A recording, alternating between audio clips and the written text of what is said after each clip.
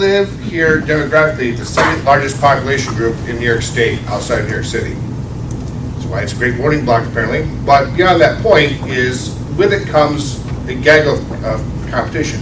We all know that because we're in our businesses. For what I do, there's no less than 160 contractors calling themselves heating contractors. Now, most people don't know that New York State does not license mechanical contractors. There's no state license for plumbers. There's no state license for electricians. There's no state license for heating guys. It's up to each municipality whether or not they want to license these guys. Most people don't know that, and therefore they assume that the guy who shows up with a rusty truck, dog, and ladder is the same qualifications as the next guy shows up. In the absence of that, the only thing they switch out by is price. So, what makes us different? We decouple ourselves by doing testing. So most of the chapter here has heard me say, hey, get a home energy assessment. And everybody says, great. What is it? And so if I've done a home energy assessment, I've spent 2 to 3 hours at your house, crawling through your attics, crawling through your basements, testing your equipment. You've seen what the process is. For everybody else, we're going to do a brief video that explains what home energy assessment is. Can you answer?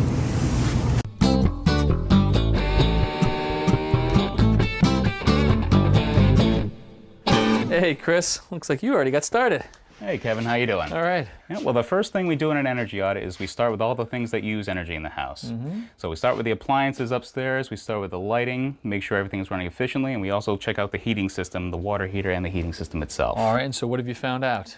Well, the lighting upstairs are mostly CFLs, which is good, low wattage usage, Yeah. and the appliances are all Energy Star rated, so those look great. Perfect. So now we just need to check out the heating system. So we've got a hot water heater right here. What are your thoughts? What have you found? Well, it's about 5 years old. It's a standard atmospheric 50-gallon tank. Yeah. So it looks pretty reasonably efficient. Yeah, 5 years old is not too bad, but what about this beast right here? Well, that's about a 20-year-old steam boiler. All right, and what are your thoughts on that? Well, the reason these are so inefficient is because the water has to get up to at least 212 degrees in order to create steam. Yep. Whereas forced hot water only needs to get up to about 180 degrees. Right. So generally the steam systems are less efficient generically, but this one's old. I mean, specifically how inefficient do you think this is? Well, we're about to find out. We're going to do a combustion safety test to make sure that everything is running efficiently. All right, let's test it. I'm using a combustion analyzer to measure the temperature as well as the ratio of flue gases inside the pipe in order to determine the efficiency of the steam boiler itself.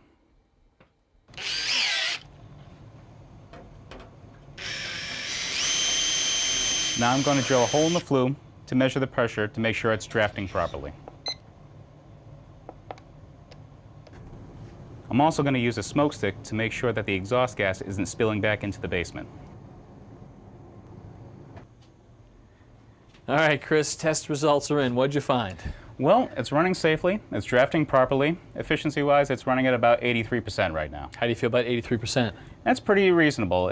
80 to 85% is the standard range for an atmospheric steam boiler just like this. All right, so we're right in the middle, but we could get a more efficient system in here, right? Right. If you converted the system to a high-efficiency hot water boiler, you can get up to 96% efficiency. Yeah, that's going to come with some cost, though. So what do you recommend? Well, for now, I would leave it as is. Generally, they last about 25 to 30 years, so I would stick with this system for now. All right, maybe find some other place where we can save some money. All right, let's go check it out. All right, let's go upstairs.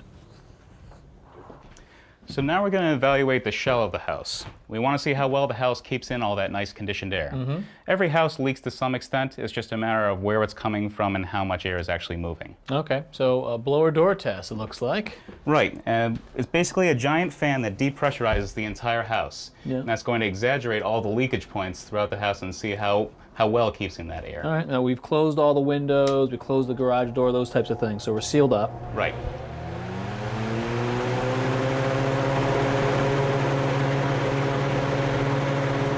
So this is the basement door here, and you see with my smoke stick how much air is being moved from the basement. Wow. So that tells me there's a lot of air coming through the penetrations in the basement, like around the garage door, the rim joist, the vents that are behind the addition. A lot of leaks down there that we're going to want to seal up. Right. So another big point of air leakage is the chimney. And you can see even with the damper closed how much air is being moved. So that means in the winter you're going to be losing a lot of heat through the chimney. So another way we can look for heat loss points around the house is with an infrared camera. And that shows us where the temperature differences are in the outside wall. Yeah. So you can see where the window is, where the cooler blue, purple areas are. And then as you move around the room, you see the inside stuff, it's yellow or orange, it's warmer. All right, and what do you see on the wall? And the wall itself, you see right next to the window, there's a bay between the studs. Yeah. There's plenty of insulation right there. It's a warmer color. But right next to it, there's a cold spot.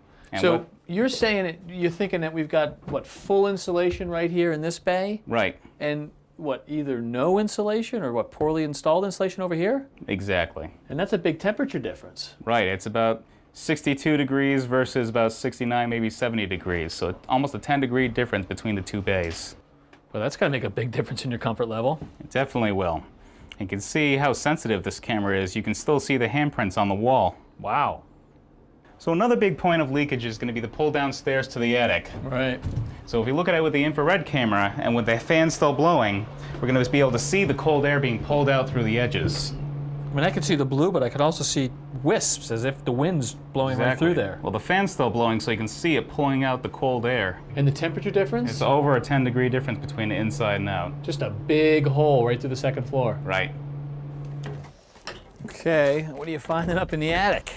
Well, now that we have the floorboards up, we can get a good look at the insulation here. So we've got fiberglass bats in the joist bays, and how deep are these bays? They're about 6 inches deep, and at the time when the insulation was installed, it's probably about 6 inches or an R19 insulation value. Yep. What do you think it is now? This Well, stuff is pretty far gone. It's so degraded now and compressed that it's probably around an R8 or 9. So 19 down to an 8 or 9. And ideally, what would you like it to be? Well, for new construction code today, it's an R38 or 12 total inches.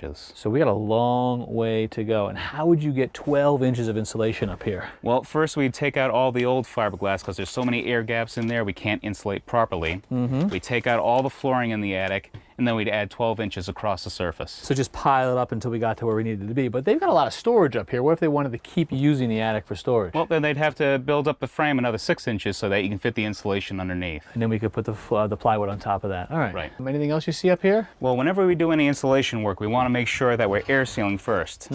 So wherever the air is leaking from the living space, we want to seal that nice and tight, especially around the chimney chase here. Now look at the size of this hole, right? Right, it's almost a 3-inch gap, and if I shine my flashlight, I can almost see straight down to the basement. So we've got a chimney of air coming up around the chimney itself. Right. How do you seal this? Well, we use fire-rated flashing as well as fire-rated caulking to seal that nice and tight, and then we can insulate around that. Okay, now this is a pretty big hole, but we've got smaller holes around here, I'm sure, because I've seen some electrical wires come up, probably a plumbing stack too. Right, especially where the interior walls meet with the attic, we want to seal those nice and tight with expanding polyurethane.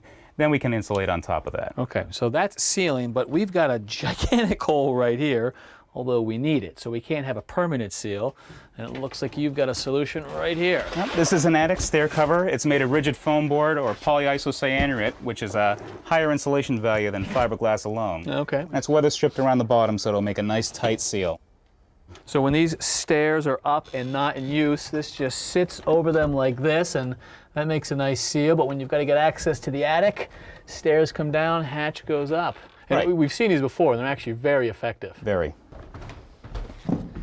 Hey guys, you're almost done? Yep, we're all done. I found a long list of opportunity for you to increase the overall energy efficiency of your home. But don't worry, I'm going to write up a comprehensive report for you so we can talk about what you should prioritize. But I'll tell you right now, your biggest point of heat loss is coming from your attic. You should insulate and air seal that. Well, great. I really appreciate the help that you guys gave me today, and I'm looking forward to reducing my energy bills in the winter. All right, well, Chris did all the work, so nice job, Chris. Thank you. Thank you. You know, a proper energy audit, particularly with a blower door test, is really the greatest way to understand what's going on inside that building. Where is the heating and cooling that you paid for leaving through the building? Oh, and there are some great tools out there right now. I mean, infrared technology, how powerful is that? It's really a great tool for us to really understand who's hot and who's not. Hey! But it actually lets you see inside the walls, and that's really great. Now, once you have that blower door test, it's going to make this infrared camera work better, and it also will make the smoke stick work better because you're under negative pressure and you'll actually see where the leaks are. Wasn't it amazing how much air was coming through his basement door? It is amazing, but that's when you want to start tightening up those leaks. Air seal the house and then insulate. Yeah. Air sealing, simply caulking foam for the big gaps. Rigid foam and fiberglass insulation makes a huge difference. If you have a fireplace, they have these different sized balloons that you can use. Stick it inside your flue, inject, blow it up, and it'll conform to the flue size big and one? stop a lot of the air. That's a great idea. You know, a chimney is a really big hole in the house, you know. Yeah, negative pressure. How do you get an energy audit? Well, you know, in most states, there are programs that are run by the utilities, so it starts with a call to that program. They're oftentimes free, and the great thing is you get that list back, it's prioritized, and sometimes the remediation work is actually subsidized as well. No-brainer. It's a great place to start. All right, well, until next time, I'm Kevin O'Connor I'm Tom Silva. I'm Rich Thruthui. And I'm Roger Cook. for Ask This Old House. That's an energy audit. Now, notice at the end, he didn't come back and say, boiler! Why? Switch out boilers! And I need to make a car payment! No. He actually explained to the guy, here's actually where your house is losing or using energy. The whole point of the report, and New York State will pay for us to come out and do this testing to generate that report, to help you prioritize what needs to be done. So go back to the word of the day, foist. Someone come out there and promise you, oh, you save energy by buying windows! You're having a green energy item foist on you by the promise of energy savings you'll never see.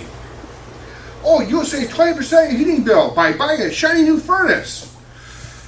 But is that really the best solution to find a more efficient way to lose energy? Don't guess. Have us test. Choosing a contractor should not be like choosing a religion. You should not have to wait till the end to find out if you're right. Have us test.